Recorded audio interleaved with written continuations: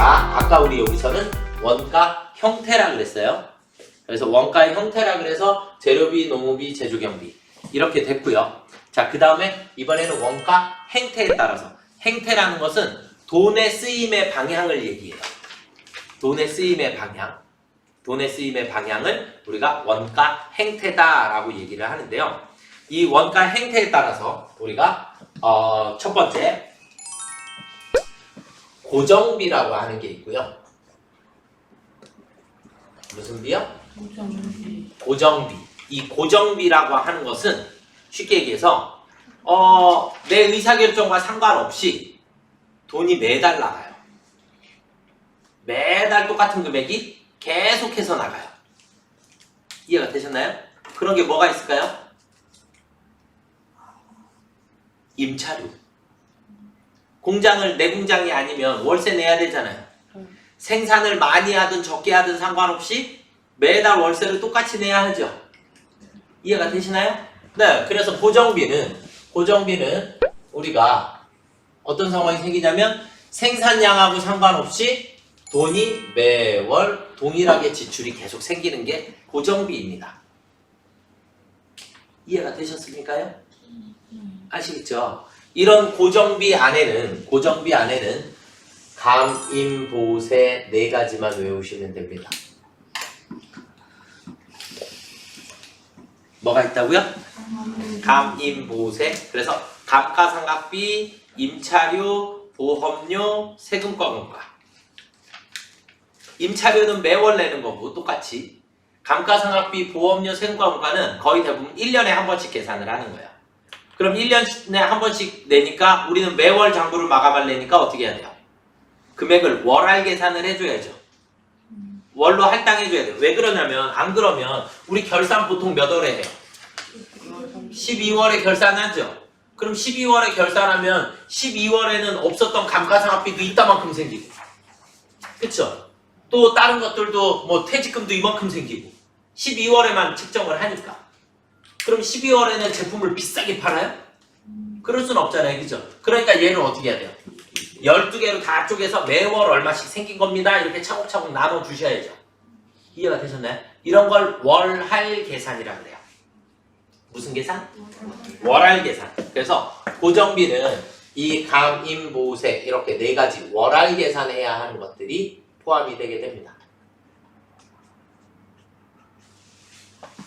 월할 계산해야 하는 것들. 무슨 말인지 이해되시죠? 그쵸? 그래서 월할 계산 매월로 나눠주는 것이다. 그렇게 이해를 하시면 될 것 같고요. 이런 월할 계산을 하는 이런 고정비의 특징은, 고정비는 줄일 수 있을까요? 고정비는 일단 전체 금액은 못 줄여요. 그쵸? 맞죠? 그런데 그러면 원가 절감의 효과는 가지고 올 수 있을까요? 효과는 가지고 올 수 있을까요? 없을까요? 있어요. 어떻게? 생산량을 늘리는 방법이 있어요. 생산량을 늘리게 되면 고정비는 한 개당 차지하고 있는 가격이 점점 떨어지게 됩니다. 자, 그냥 단순하게 예를 들어 드릴게요. 제가 예를 들어서 저희 학원에 월세가 100만 원이에요. 아, 이러면 정말 좋겠죠. 네, 자, 월세가 100만 원인데 수강생이 예를 들어서 10명이 있어요. 10명이 있어요. 그러면 우리는 1인당 월세를 얼마씩 떼야 돼요? 수강료에서 10만 원씩을 월세로 떼놔야 되죠. 이해가 되셨나요? 그런데 수강생 수가 100명으로 늘었어요. 그러면 한 명당 수강료에서 10,000원씩만 떼놓으면 되죠. 월세가 차지하고 있는 비중이. 이해되셨나요? 수강생이 1000명이 됐어요. 아, 정말 좋겠다. 네. 자, 수강생이 1000명이 됐어요. 그러면 한 사람당 얼마씩만? 1,000원씩만 부담을 하면 되는 거죠. 무슨 말인지 이해가 되셨나요? 아시겠죠? 그래서 이건 고정비를 절감하는 방식은 같은 기간 내에 생산량을 최대치로 뽑아내면 그때는 고정비의 절감 효과를 가지고 올 수 있다. 무슨 말인지 이해가 되셨습니까? 아시겠죠? 어려운 건 아니죠? 네, 고정비는 시간이 지나면 지날수록, 생산량이 늘어나면 늘어날수록 0원에 가까워집니다. 얼마에 가까워진다고요? 0원, 빵원에 가까워져요. 이게 시험 문제에 1원에 가까워진다 이렇게 나와요. 근데 우리가 이론상으로 봤을 때 1원에 가까워지는 게 맞는 것 같기는 한데 아니요, 1원에 가까워지는 게 아니라 0원에 가까워집니다. 무슨 얘기예요? 자, 수강생이 100만 명이 됐어요.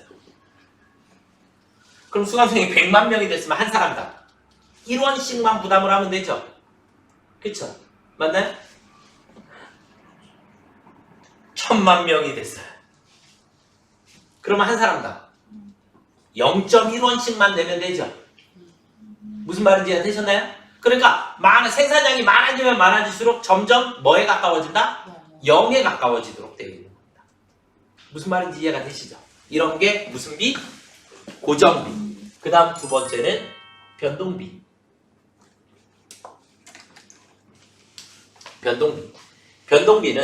변동비는 자, 사장님이 예를 들어서 자, 이번 달에 제품 생산하지 맙시다. 이번 달에 자, 중국발 자재도 안 오고 공장 한 달 쉬자. 그러면 변동비는 안 들어가요. 공장을 쉬기로 했어요. 그럼 돈이 들어간다 안 들어간다? 안 들어가요. 그런데 자, 제품 10대 생산하자. 그러면 어찌됐든 10대 값이 필요하죠. 100대 생산하자. 그럼 100대 값이 필요하겠죠. 맞나요? 생산량에 따라서 비례하는 거예요. 생산량에 따라서.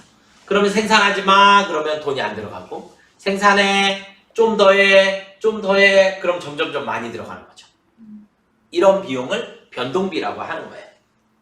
무슨 말인지 이해가 되셨나요? 이런 변동비에는 뭐가 있냐? 직접비가 있어요. 뭐가 있다고요? 직접비. 아까 직접비가 뭐라 했죠? 아까 직접비 했잖아요. 원가에 뭐가 가능한 거? 추적이 가능한 거. 간접비는 추적이 불가능한 거. 그러니까 원가의 추적이 가능하다는 얘기는 아까 제가 대표적인 게 타이어라 그랬죠? 타이어 생산해 그러면 무조건 4개가 들어갈 거고. 맞죠? 생산 더해 그러면 계속해서 더 들어가겠죠? 그래서 총원가가 계속해서 증가를 하는 거예요. 아시겠죠? 이런 변동비는 왜 총원가가 계속 증가를 하냐? 한 개당 가격이 정해져 있기 때문이에요. 개당 가격은 변동을 한다 안 한다? 안 한다. 한 개당 가격은 무조건 정해져 있기 때문에 생산량이 늘어나면 늘어날수록 이 가격이 계속해서 증가를 하는 거예요. 무슨 말인지 이해가 되셨죠? 이런 걸 우리가 변동비, 그러니까 직접 재료비, 직접 노무비 이런 것들이 우리가 변동비에 해당한다. 이해가 되셨나요? 네. 자, 그 다음에 이제 또 세 번째 준고정비라고 하는 게 있어요.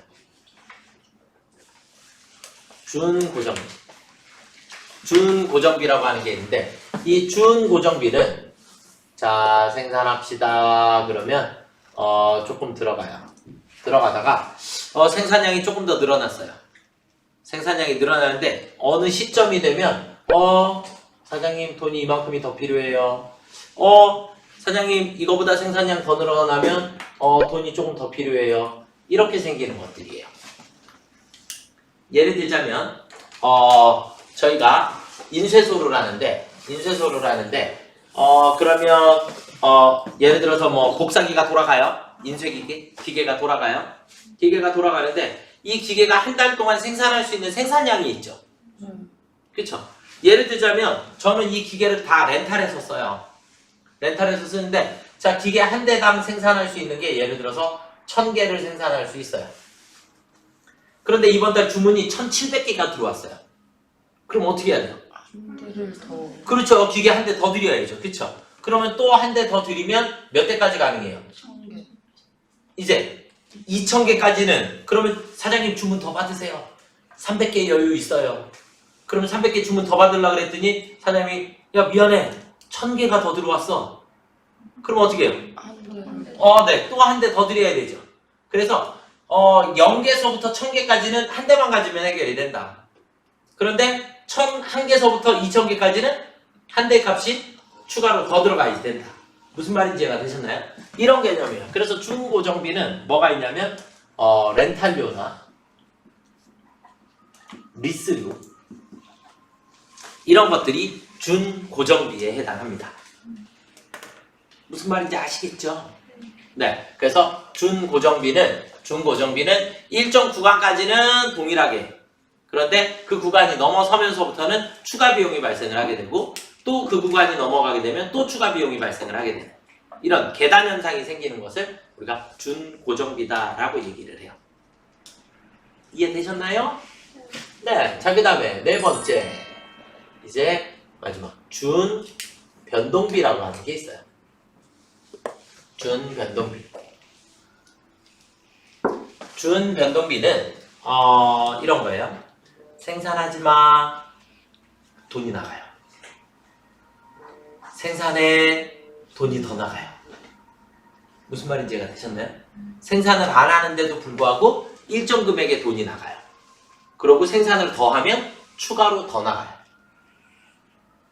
이렇게 되어 있는 상태예요. 무슨 말인지 이해가 되셨나요?